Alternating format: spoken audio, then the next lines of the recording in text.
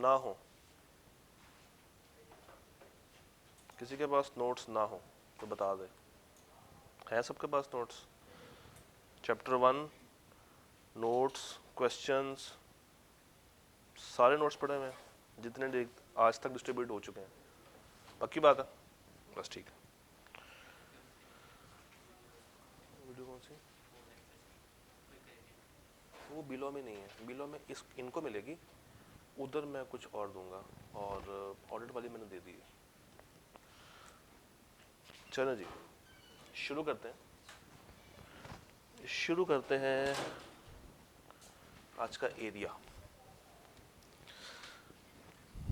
Chapter 2 से अभी तक कोई सवाल, कोई परेशानी? क्वेश्चन?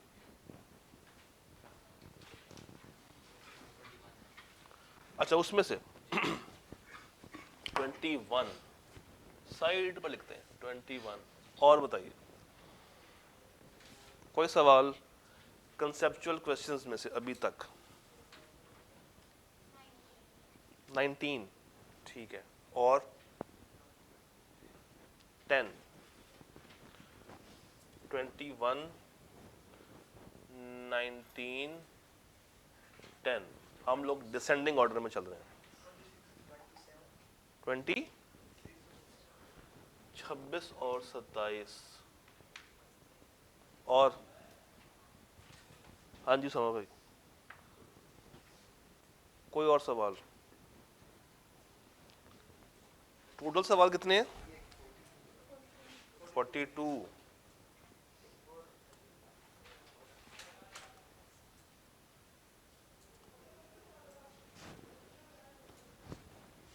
तो आपने मुझे अभी तक बताया है 21, 19, 10, 26, 27। और कोई सवाल? 42। और कोई सवाल? 34, 35। जो दिल में आ रहा है बस बोली जा रहे हैं, और हर कोई अपना अपना कोटा पूरा कर रहा है। नंबर बता दें। और कोई सवाल? पक्का? कोई और सवाल नहीं है? ठीक, शुरू करते हैं। सबसे नीचे है हमारे पास 10 और 19। सवाल नंबर 10 और सवाल number 19।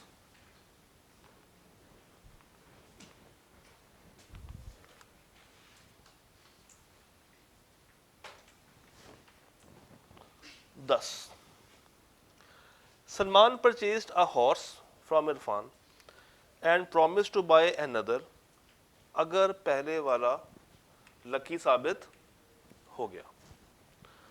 Salman refuse to buy the second horse.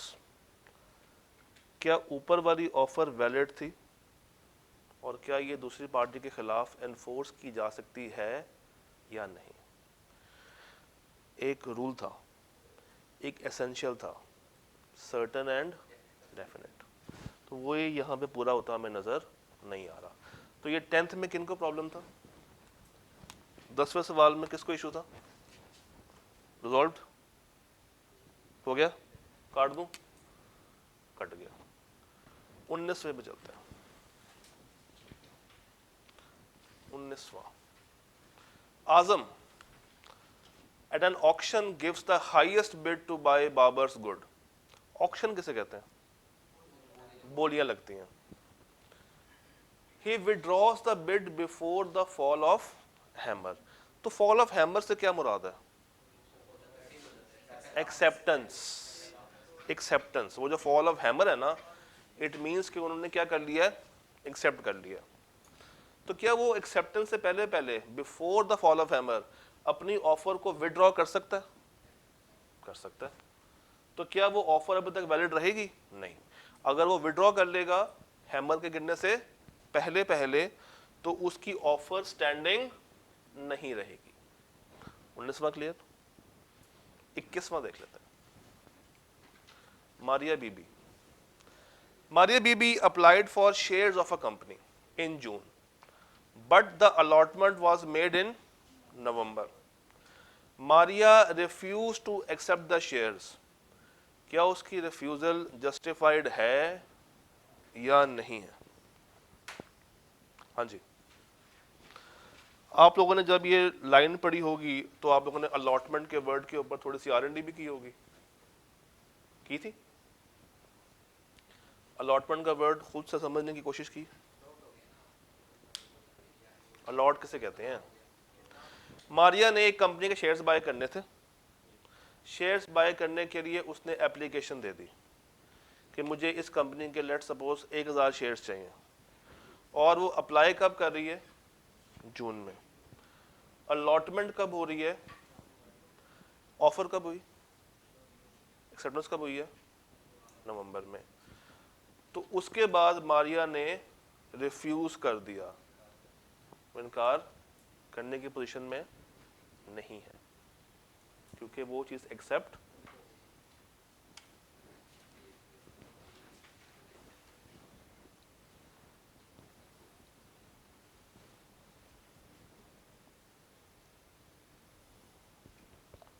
हाँ जी हजरा भाई,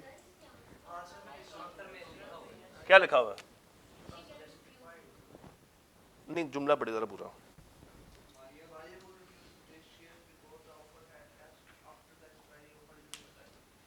क्या यहाँ पे रीजनेबल टाइम दिया हुआ है?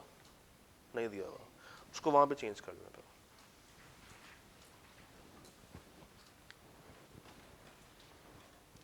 26-27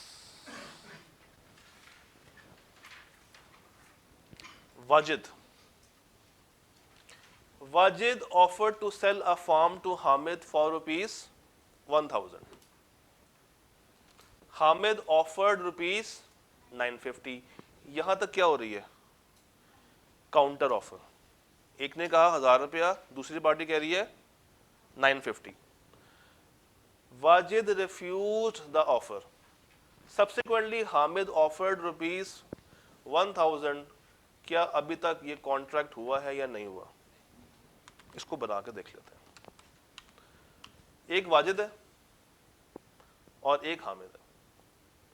वाजिद ने हामिद को ऑफर की 1000 रुपए की, ये ऑफरर है और ये ऑफरी है। हामिद ने कहा 1000 महंगा है, 950 में आना है तो आ जाओ। ये हो गई यहाँ पे काउंटर, ये बन गया ऑफरर, ये बन गया ऑफरी। अब एक्सेप्टेंस किसने करनी थी? डब्ल्यू ने या एच ने? डब्ल्यू ने। इसने क्या कर दिया, यानी कि इसने ये ऑफर रिफ्यूज कर दी, ये ऑफर खत्म हो चुकी है, ये भी खत्म हो गई हुई है काउंटर से, और ये खत्म हो गई है एक्सप्रेस रिजेक्शन से। Subsequently, Hamid offered ₹1,000. बाद में क्या हुआ? हामिद ने फिर से 1000 रुपए की ऑफर कराई है। तो अभी भी ये ऑफर ही है, ये कॉन्ट्रैक्ट में डेवलप नहीं हुई। पहली ऑफर खत्म हुई काउंटर के साथ, दूसरी खत्म हुई एक्सप्रेस रिजेक्शन के साथ। उसके बाद शर्मिंदा होकर उसने कहा नहीं यार 1000 रुपया कर लेते हैं। तो अब ये सिर्फ ऑफर ही मूव कर रही है, अभी तक दूसरी पार्टी ने डब्ल्यू ने इसकी एक्सेप्टेंस नहीं दी, तो ये कॉन्ट्रैक्ट बन गया, ये कॉन्ट्रैक्ट नहीं बना। ये था 26-27 देखते हैं। Adeel offers to buy bike from Babar for ₹50,000, जिसका जवाब पॉजिटिव आया। Is there a contract in this case? क्या कॉन्ट्रैक्ट हो गया? हो गया ना। ये देखें, अदील और ऑफर, एक ऑफरर है एक ऑफरी है, प्रॉमिस बन गया, दोनों को कंसिडरेशन मिल रही है। और हमने क्या कहा था? लीगैलिटी को हम लोग अज्यूम करके चलेंगे, तो वैलिड कॉन्ट्रैक्ट ये डेवलप हो चुका है। 26 भी गया, 27 भी गया, 34, 35 और 42 अज्यूम करके चलते हैं कि वो एग्जिस्ट करती है। 34, 35, 42। 34, Azam makes an offer to Babar and ask him to accept the offer by post only. ये ऑफर कौन सी है? ये ऑफर कौन सी? शादी है? नहीं, कंडीशनल ऑफर है। ये कौन सी है? कंडीशनल ऑफर है। कहा है? By post only. Babar send him his acceptance by fax under acknowledgement. Azam did not insist on the letter to be send. हमने क्या कहा था कि अगर आप कोई स्पेशल टर्म, कोई स्पेशल कंडीशन ऐड कर रहे हो और दूसरी पार्टी उसको फॉलो, तो आप उसको इंसिस्ट कर सकते हो। और अगर उसने इंसिस्ट नहीं किया, वो खामोश है, रीजनेबल टाइम के अंदर अंदर, तो क्या कहेंगे? एक्सेप्टेंस उसकी मान ली गई। आजम ने इंसिस्ट किया, Babar did not send any letter, तो क्या ये कॉन्ट्रैक्ट हो गया? हो चुका। ये कॉन्ट्रैक्ट 34वां भी चला गया। 35वां देखते हैं। हाँ, Azam offered a reward for anyone who finds his lost dog. ये ऑफर जनरल लग रही है या स्पेसिफिक लग रही है? ये तो बताएं। जनरल ऑफर है, सबके लिए। स्पेसिफिक टू मिस्टर बाबर नहीं है। उसने कहा रिवॉर्ड दूंगा जो कोई मेरा कुत्ता ढूंढ के लाए। बाबर को इस ऑफर का पता नहीं था, इग्नोर था। उसको वो कुत्ता मिल गया और उसने कुत्ता रिटर्न कर दिया। एक्सेप्टेंस में एक रूल देखा था, अवेयर। जो बंदा एक्सेप्ट कर रहा है उसको अवेयर होना चाहिए। तो क्या बाबर इस केस में अवेयर था? जब एक बंदा अवेयर ही नहीं है तो क्या उसको वो इनाम मिलेगा? इनाम क्या ऑफर था ना, जो कोई ढूंढ के लाएगा मैं उसको इतने पैसे दूंगा। उसको ये ऑफर का इल्म ही नहीं था। वो ढूंढ के ले आया, ला के दे दिया, और पैसे उसने मांगे ही नहीं और वापस चला गया। तो ठीक है, वो भी जाएगा। हाँ, अगर वो अल्लाह लोग हो तो फिर वो शायद उसको बुला के वापस से उसको वो इनाम दे दे। ब्रैकेट में लिख लें, ये पॉइंट फिर से आएगा चैप्टर 8 के अंदर। ये पॉइंट फिर से हम लोग करेंगे चैप्टर 8 के अंदर।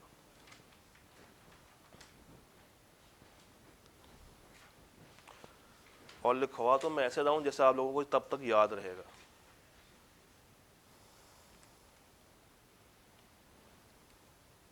याद रहेगा? मिस दो मोबाइल। अच्छा, ये सवाल कौन सा था? 35। आइए आपके आखिरी सवाल पे चलते हैं। बहुत कोशिश की आपने मुझे डिस्ट्रैक्ट करने की, मगर नहीं कर पाए। आखिरी सवाल निकाला, यानी कि लुट मचा दी। इसके अलावा सारे क्लियर हैं सबको?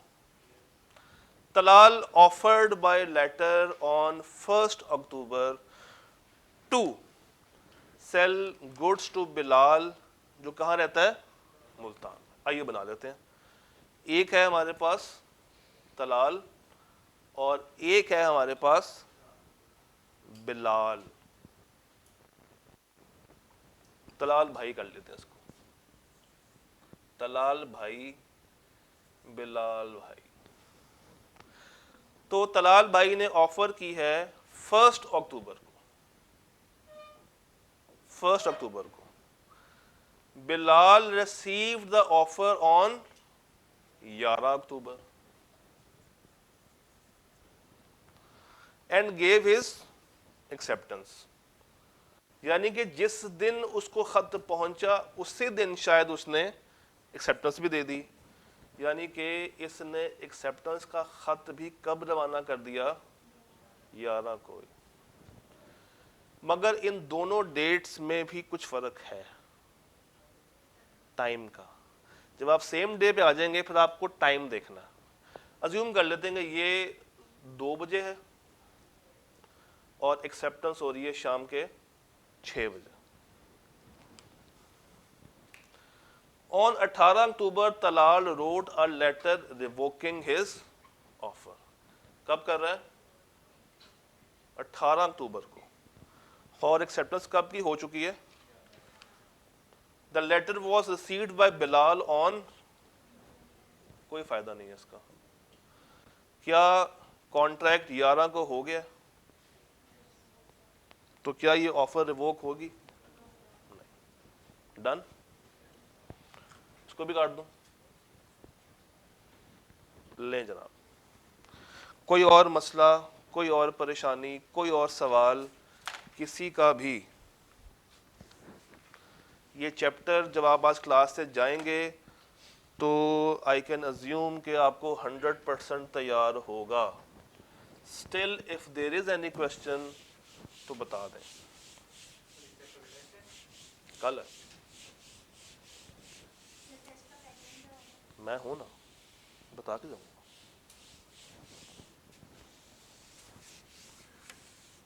जी चैप्टर 2 टेस्ट वाली बातें करेंगे 3:10 पर। चैप्टर 2 से कोई मसला, कोई परेशानी,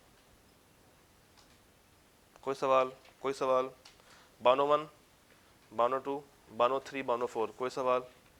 शीदा 1, शीदा 2, शीदा 3, शीदा 4, शीदा 5, शीदा 6, शीदा 7, शीदा 8 एंड कंपनी, कोई सवाल? कोई सवाल? चैप्टर 2 का एक मैप बना लें जल्दी से, जो कि आप लोगों ने बनाना था।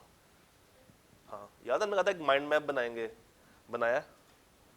भूल जाते हैं, आइए बना लेते हैं। चैप्टर 2, चैप्टर 2 ने 3 बातें की हैं। एक है ऑफर, एक है क्या? एक्सेप्टेंस, और इसको 2 कर लेते हैं, रेवोकेशन ऑफ ऑफर और रेवोकेशन ऑफ एक्सेप्टेंस। ऑफर के अंदर हम लोगों ने पढ़ा ऑफर के क्या होते हैं? एसेंशियल्स, और ऑफर कब कब आपकी लैप्स हो जाती है। इसी तरह एक्सेप्टेंस के अंदर हम लोगों ने एक्सेप्टेंस के एसेंशियल्स को स्टडी किया था। तो ये तो एक मोटा मोटा मैप बन गया, इसको डिटेल में लेके चलते हैं। इस चैप्टर के शुरू में आपने कुछ इक्वेशंस देखी थी, वो क्या थी? लिखवाएंगे जरा। Offer plus acceptance is equal to promise plus consideration is agreement plus legal objectivity या लीगैलिटी इज कॉन्ट्रैक्ट। और फिर आप लोगों ने ये पढ़ा था कि ये offer it can be express and it can be implied. Express कौन सी होती है? जो कि रिटन हो या ओरल हो, और ये इम्प्लाइड कौन सी होती है? जो कि जेस्चर से या एक्शन से हो रही हो। ऑफर के एसेंशियल्स में कौन कौन से पॉइंट्स थे? ऑफर क्या होनी चाहिए? पहला पॉइंट क्या था? कम से कम 2 लोग। आप अपने आप को ऑफर नहीं कर सकते, तो एटलीस्ट 2 पार्टीज। उसके बाद क्या पढ़ा था? ये सर्टन होगी एंड डेफिनेट होगी। उसके बाद इनविटेशन टू ऑफर, ऑफर नहीं होती।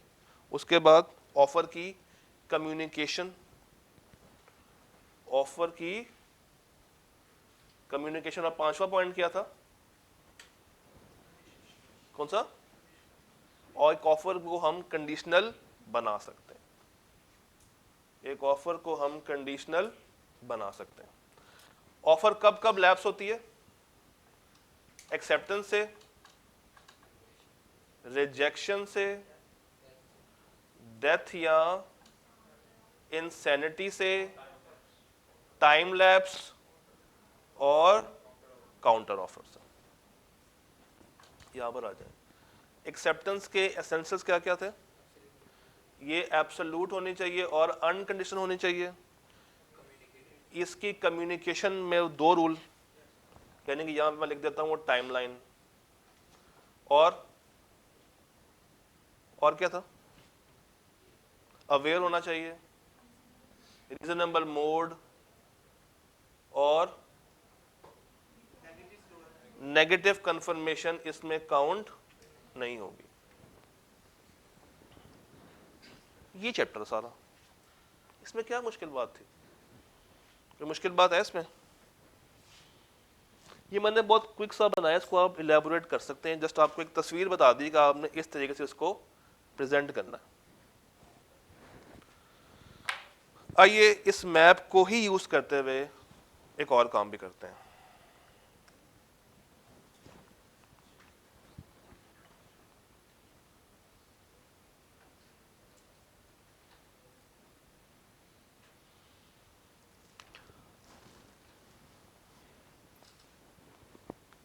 अब ये मैप हमारे सामने है, आइए देखते हैं आईकैप ने कौन से कॉन्सेप्ट्स को ज्यादा टेस्ट किया इस पूरे मैप में से, कौन से कॉन्सेप्ट को कम टेस्ट किया, किस तरह टेस्ट किया, और ये भी देखते हैं कि कौन सा एरिया अभी तक उसने टेस्ट नहीं किया।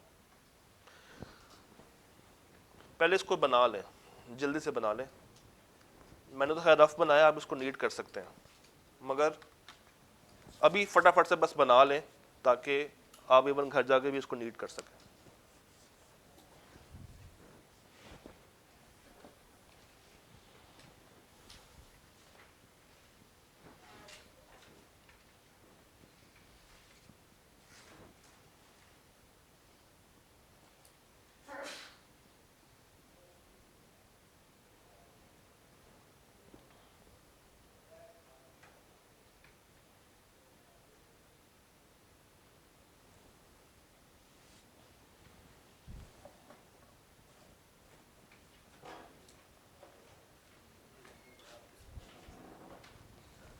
ये तो मेरा, वो मिसके पास था, मिसके पास पड़ा, मैंने देखा है अभी, मैंने देखा है अभी।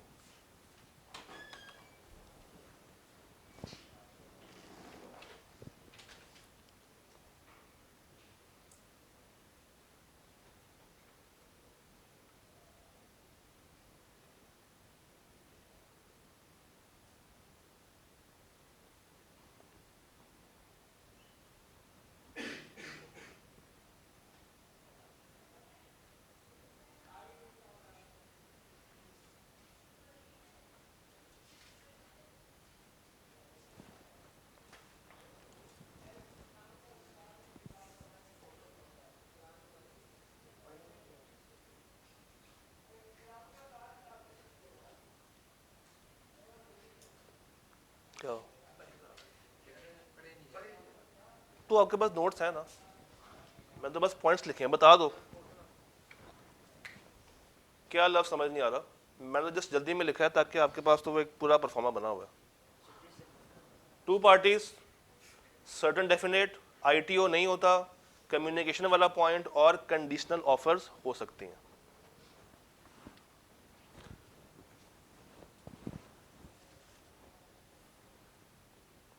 से मेरी राइटिंग इतनी भी खराब नहीं थी, ये मैंने लिखा है।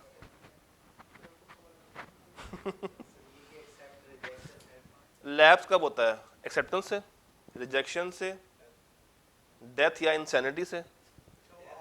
हाँ वही इंसैनिटी है, डेथ या इंसैनिटी से, टाइम लैप्स और काउंटर ऑफर्स। क्या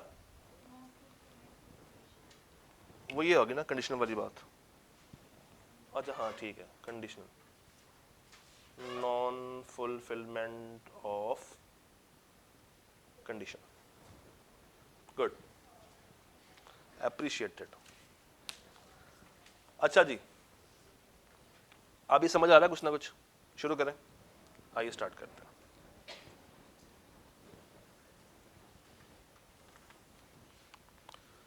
हमारे पास है 13 सवाल। आईकैप के अंदर 3 तरह के सवाल आते हैं, पर ये जरा सुन लें मेरी बात गौर से। आईकैप में आपको 3 तरह के सवाल देखने को मिलते हैं। एक होता है प्योर स्ट्रेट फॉरवर्ड सवाल, रट्टा, देख रहे हैं, वन लाइनर्स। ये है प्योर स्ट्रेट फॉरवर्ड, जिस पे आपको सिर्फ किताब की अंग्रेजी उठा के लिखनी है और अपने पास से कुछ भी ऐड करने की जरूरत नहीं। फिर एक होते हैं सेमी लॉजिकल सवाल। कौन से सवाल? Semi logical.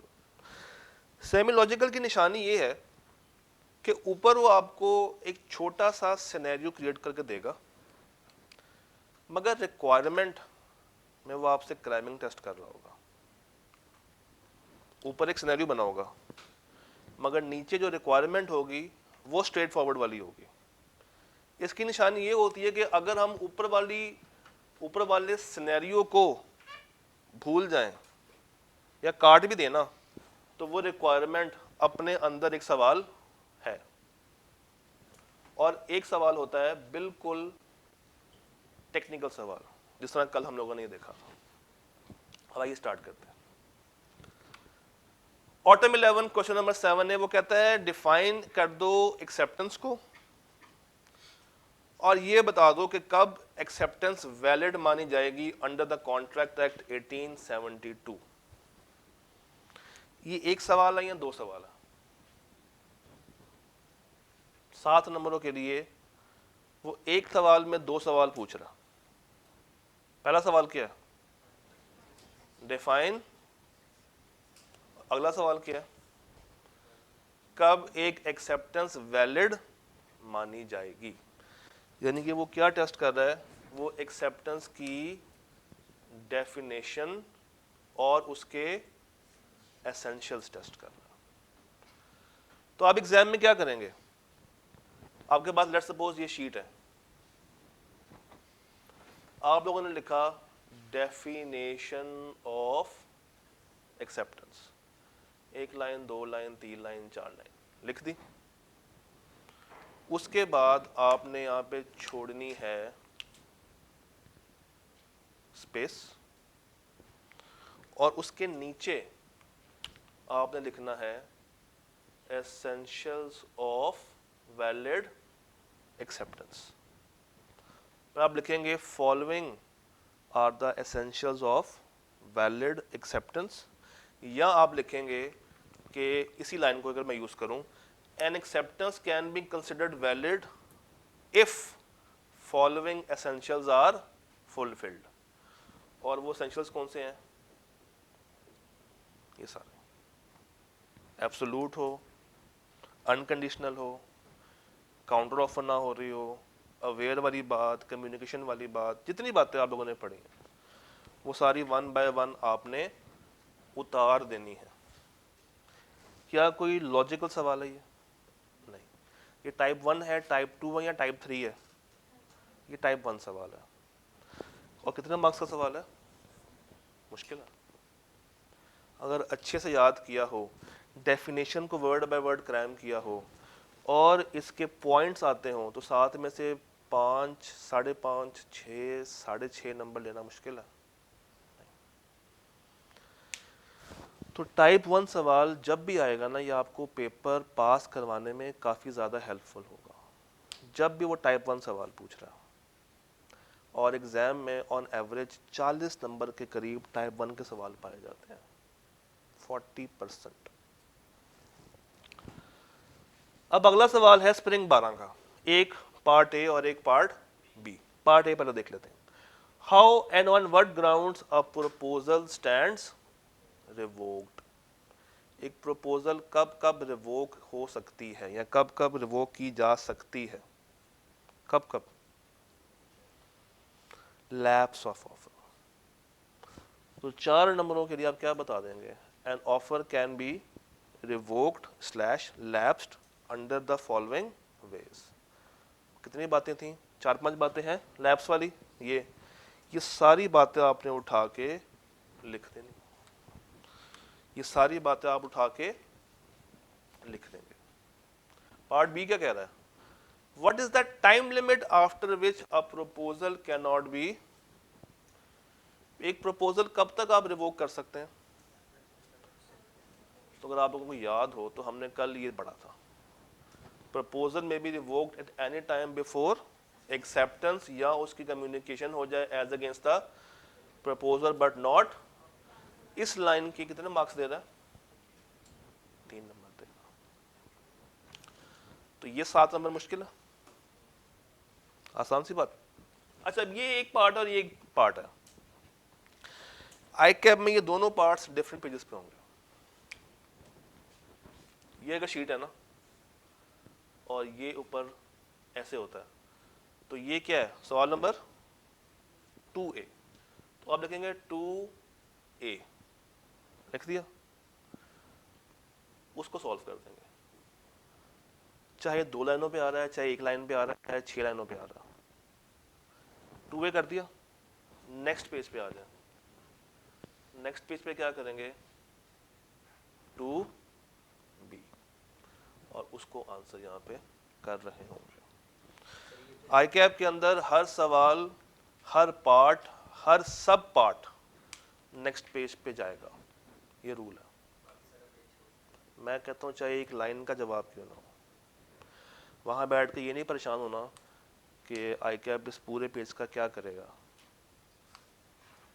आपने पेपर की फ़ी दी हुई है, पूरी दी हुई है, और ये एग्ज़ाम आपका मैनुअल चेक नहीं होना। पहली बात, इसकी मार्किंग होनी है ई मार्किंग, और ई मार्किंग के अंदर हर पेज का एक अपना क्यूआर होता है। और आई कैप कहता है कि आपने हर सवाल के हर पार्ट को, इवन सब पार्ट को अलग पेज पे करना है। सिर्फ एमसीक्यूज वो वाहिद सवाल है जिसमें सारे आप 1 पेज पे करते हैं। उसके अलावा चाहे आंसर 1 लाइन का ही क्यों ना हो, आपने उसको अलग शीट पे अटेम्प्ट करना है। Got my point? पक्का? मुराद और सनम की कहानी, अब ये सेमी लॉजिकल है, ये टाइप 2 है। Murad offered his car to Sanam for rupees. Offerer कौन है? ऑफरी कौन है? कंसिडरेशन क्या है? गाड़ी और पैसे, 4 लाख। सनम एक्सेप्टेड द, अच्छी बात है। अब आगे उसने कोई गेम डाली है, एंड एनक्लोज्ड पे ऑर्डर ऑफ रुपीज 1.5 लाख। उसने कहा 1.5 लाख का चेक पकड़ो, बाकी पैसे मैं तुम्हें किस्तों में दूंगी, और हर किस्त की वैल्यू क्या होगी? 62,500। हाँ जी, वो कहती है 1,50 अभी ले लो, बाकी किस्तों पे दूंगी। Counter offer. और काउंटर ऑफर कब बनती है? जब एक्सेप्टेंस कौन सी वाली की हो? एक लफ्ज बताया था, क्वालिफाइड एक्सेप्टेंस। तो वो कबूल तो कर रही है मगर अपनी कंडीशन डाल के क्वालिफाइड एक्सेप्टेंस दे रही है, यानी कि क्या कर रही है वो? टेक्निकली काउंटर ऑफर कर रही है। तो काउंटर ऑफर के केस में अगर आपको याद हो, हमने एक चीज़ पढ़ी थी कि अगर तो ये भाई कबूल कर लेते हैं, इंसिस्ट नहीं करते, तो ये वैलिड एक्सेप्टेंस मानी जाएगी। और अगर इस भाई ने थोड़ी सी मज़ामत की और कबूल ना किया, तो ये वैलिड एक्सेप्टेंस नहीं होगी, जिससे वो वैलिड कॉन्ट्रैक्ट नहीं बनेगा। सवाल क्या था? बताएंगे क्या ये वैलिड कॉन्ट्रैक्ट है या नहीं। तो शुरू में क्या हुआ? मुराद ने ऑफर की, ये ऑफरर था, सनम ऑफरी थी, गाड़ी 4 लाख। उसने काउंटर किया, वो ऑफरर बन गई, और ये ऑफरी। अब उसने जो ऑफर दिया वो 1.5 लाख और 62,500 की है। इसके पास अब बॉल आ गई है, इसके कोर्ट में बॉल है। ये चाहे तो कबूल कर ले और वैलिड बना ले, चाहे तो कबूल ना करे और वैलिड ना बनाए। तो वैलिड कॉन्ट्रैक्ट बन भी सकता है और नहीं भी बन सकता। अब इस तरह के सवाल को एग्जाम में कैसे अटेम्प्ट करें?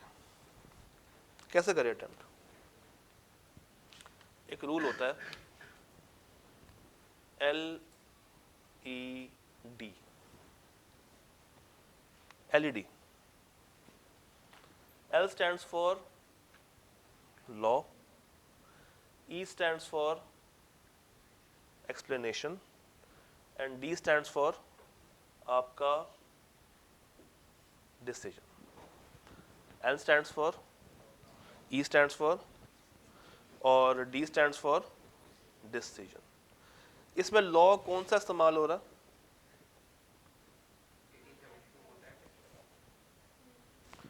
उसमें से बताइए लॉ लग कौन सा रहा है, कौन सी प्रोविजन हिट हो रही है? क्या ऑफर में से कोई प्रोविजन पूछ रहा है, ऑफर की लैब्स में से कोई बात पूछ रहा है, एक्सेप्टेंस के एसेंशियल्स में से कोई बात पूछ रहा है? टॉपिक टेस्ट कौन सा किया जा रहा है? Counter offer.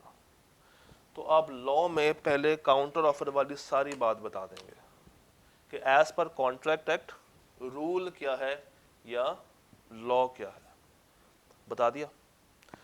उसके बाद आपने एक्सप्लेनेशन की हेडिंग डालनी है और इसी सिनेरियो को आसान करके आसान अंग्रेजी में लिख देना है और बताना है कि चल क्या रहा है।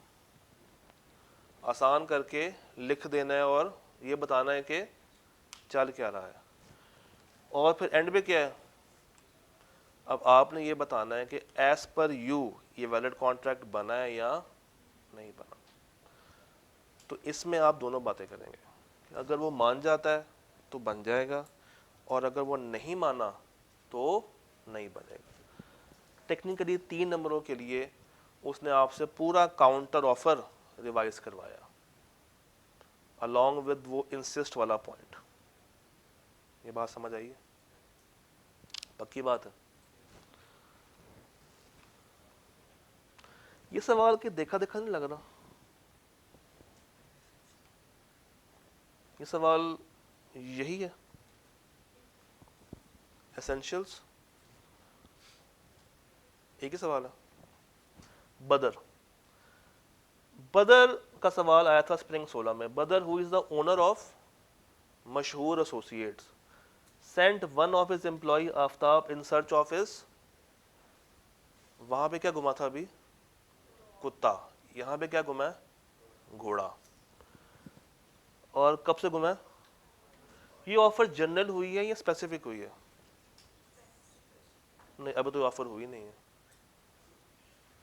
अब तो उसने सिर्फ अपने एम्प्लॉय को भेजा है, अब ऑफर हो रही है। बदर advertised a reward of ₹20,000 in a for anyone who finds the horse, general offer है। आफ्ताब वॉज, और एक्सेप्टेंस में शर्त क्या थी? अवेयर। उसको नहीं पता था कि अखबार में क्या चल रहा है, उसको घोड़ा मिल गया और वो घोड़ा लेके आ गया, मगर उसने रिवॉर्ड क्लेम नहीं किया। तो क्या वो रिवॉर्ड क्लेम कर सकता है? नहीं कर सकता। ये बिल्कुल उसी एग्जाम्पल का एक पास्ट पेपर आपके सामने है। तो वो एग्जाम्पल्स आपको पूरा कॉन्सेप्ट रिवाइज करवा देती हैं। ये कर लेंगे? पहले क्या बताएंगे? लॉ। कौन सा लॉ बताएंगे? अवेयरनेस वाला। फिर अपनी, और एंड के ऊपर अपना, ये एक ही पेज पे होगा, क्योंकि देखो ना इसकी रिक्वायरमेंट तो एक ही है ना, तो ये सिंगल पेज पे जाएगा। ये हमने कर लिया हुआ, टेंशन लेस। ये सवाल पढ़िएगा, अब बताइएगा सवाल क्या देखा देखा।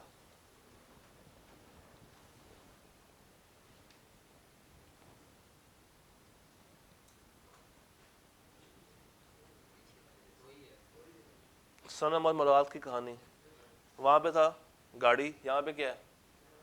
फ्लैट। वहां पे थी किस्त 62,500 की, यहाँ पे किस्त किसकी है? 1,12,500 की। वहां पे भी, वहां पे था पे ऑर्डर, यहाँ पे क्या है? चेक। तो आई कैप कभी कभी ये मजाक भी करता, पुराना सवाल पकड़ेगा, उसको थोड़ा सा मॉडिफाई करेगा और आपको दे देगा। इससे क्या जाहिर होता है कि पास पेपर की प्रैक्टिस हमें अच्छे से करनी चाहिए। नीचे वाला सवाल अटेम्प्ट कीजिए, आपके पास 5 मिनट है, थिंक ऑन इट।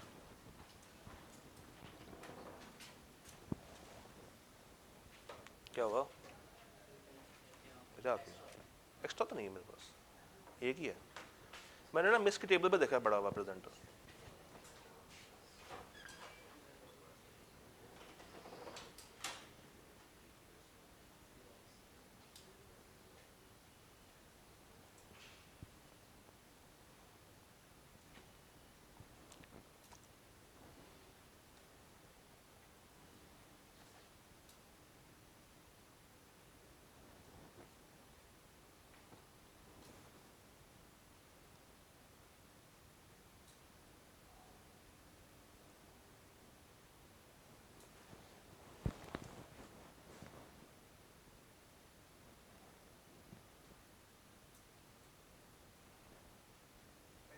पहले पढ़ तो लो, उनको तो पढ़ना था बाकियों को।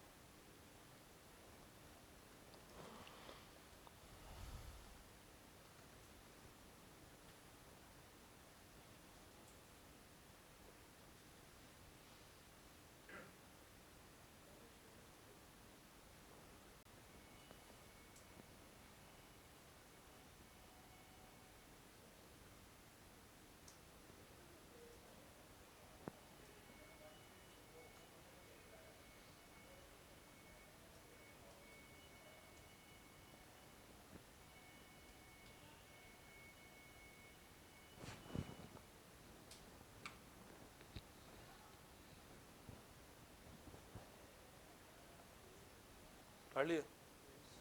टॉपिक कौन सा टेस्ट हो रहा है? काउंटर ऑफर टेस्ट हो रहा है। टॉपिक बताएं। इनविटेशन वाला टेस्ट हो रहा है, देख लेते हैं। वो कहता है Ahmed being interested in purchasing Adil's DHA property send him this letter on 1 March. लेटर में क्या लिखा है? I have heard that you are selling your DHA property. I am very much interested in purchasing it. Will you please consider selling the same to me? What is the highest price you have been offered so far? क्या हम इसको offer कह सकते हैं? Invitation है, information ली जा रही है और दी जा रही है। पूछ रहा है कि भाई अभी तक तुम्हें क्या इसका रेट शेट लगा? ये पहला खत है। इसका जवाब, other replied the highest quote for the property is 35 million. क्या मैं इसको ऑफर कहूंगा? हाँ या ना? नो। ये उसी इंफॉर्मेशन के अगेंस्ट दूसरी इंफॉर्मेशन दी जा रही है, तो उसके सवाल का जवाब दिया उसने बेसिकली। अहमद का फिर से रिप्लाई आ गया, I agree to buy your DHA property for rupees. ये ऑफर है, ये अब पहली ऑफर हुई है। उससे ऊपर ऊपर क्या था और वो ऑफर नहीं होती। अच्छा ये ऑफर हुई है ना, अभी एक्सेप्ट हो गई है। अब देखते हैं सब्सिक्वेंटली फॉरन क्या हुआ, ये बाद में क्या हुआ। आदर received an offer from Hamid coating rupees 38 million for the. उसको एक और जगह से एक और ऑफर हो गई 38 मिलियन की, तो उसने वो प्रॉपर्टी उसको बेच दी। क्या कोई लायबिलिटी एग्जिस्ट करती है? क्यों? क्योंकि कभी ये कॉन्ट्रैक्ट बना ही नहीं था, उसके अगेंस्ट कभी एक्सेप्टेंस हुई ही नहीं थी, तो कोई लायबिलिटी भी एग्जिस्ट। तो टॉपिक टेस्ट कौन सा हो रहा है?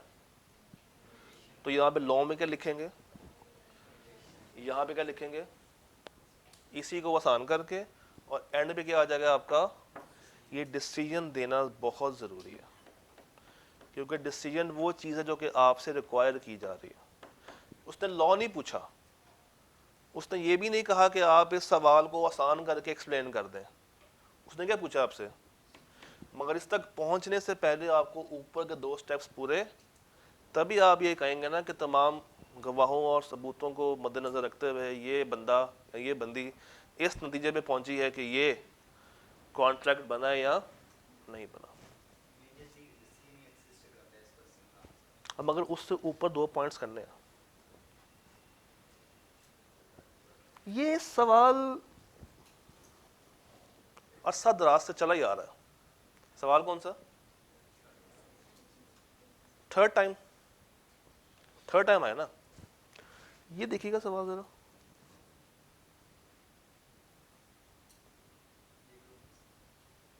इससे पहले कुत्ता था, फिर घोड़ा हुआ, अब बेटा हो गया। तो कुत्ते से कहानी शुरू हुई थी, हैं? अच्छा नीचे वाला सवाल भी ना कि देखा है, जरा देखिएगा। अब आजकल बहुत अच्छे मवाद लेकर आ रहा है।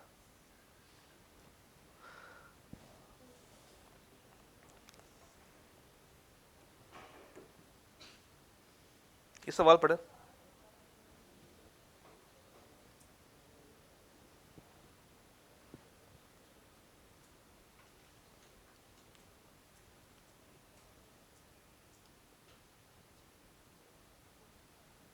सवाल पढ़ लिया, पक्की बात है?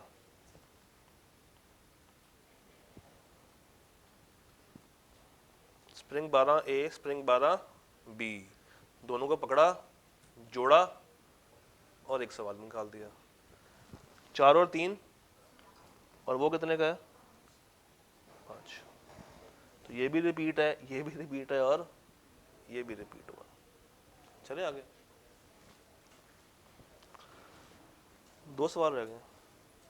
ये बताइए इसमें क्या मसला? आप लोग बताएंगे, मैं नहीं बताऊंगा।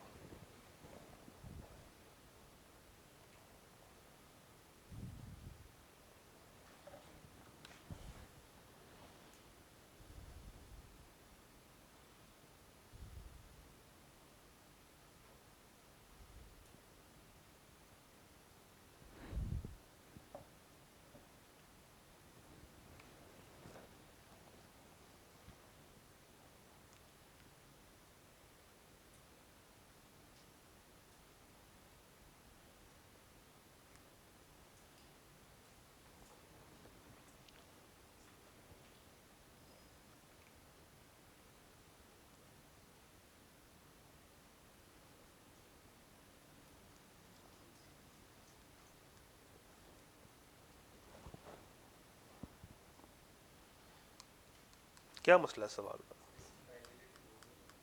होगी काउंटर ऑफर, होगी नहीं होगी? होगी। लाइबिलिटी होगी शाम, लाइबिलिटी होगी। क्यों?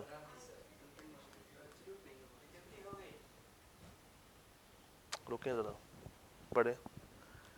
बीटी दुकान है और हैफनियम कौन है? कस्टमर है। चलिए इसको छोड़े, आप लोग दुकान पे गए, आपने कहा कि मुझे मोबाइल चाहिए। उसने कहा मोबाइल की प्राइस है 50,000 रुपया, इस पे डिस्काउंट हो सकती है 10% हो या 15% हो, अभी नहीं पता, जब डिलीवर कर रहे होंगे उस टाइम पर आपको बता दी जाएगी।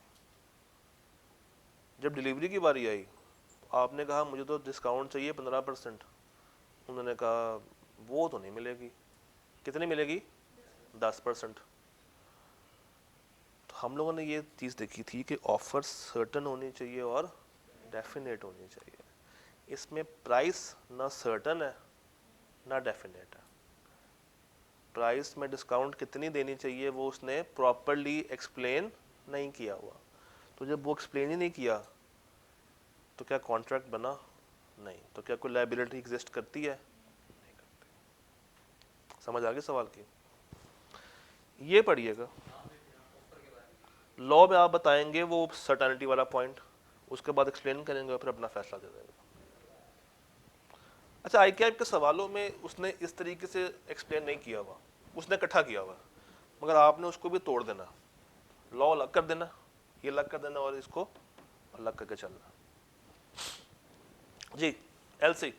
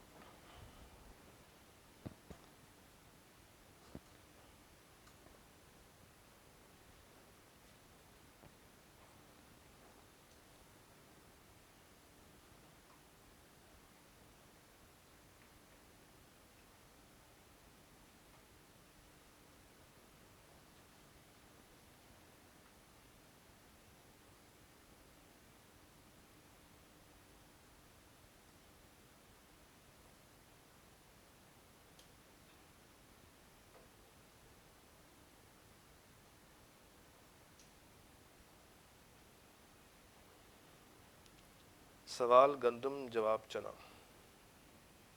ऊपर कोई ऐसी बात नहीं कर रहा जो कि उसकी रिक्वायरमेंट से मैच करती है।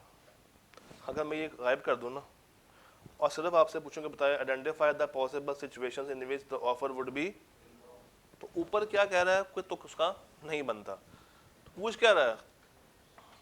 Lapse of offer. अभी तक क्या टेस्ट नहीं किया? अगर आप लोग एक्टिव बैठे हुए तो जरा बताइए, ऑफर के एसेंशियल्स अभी तक उसने ऑटम 23 तक तो टेस्ट नहीं किए, तो ये अभी हाईली इंपॉर्टेंट टेस्टेबल एरिया उसके पास मौजूद है। फिर लैब्स कई दफ़ा टेस्ट कर चुका है, डेफिनेशन भी टेस्ट कर लिया, इसके एसेंशियल्स भी 4-5 दफ़ा टेस्ट कर लिए हैं, 3-4 दफ़ा टेस्ट कर लिए हैं, ये वाला पॉइंट भी टेस्ट हो गया, ये भी टेस्ट हो गया।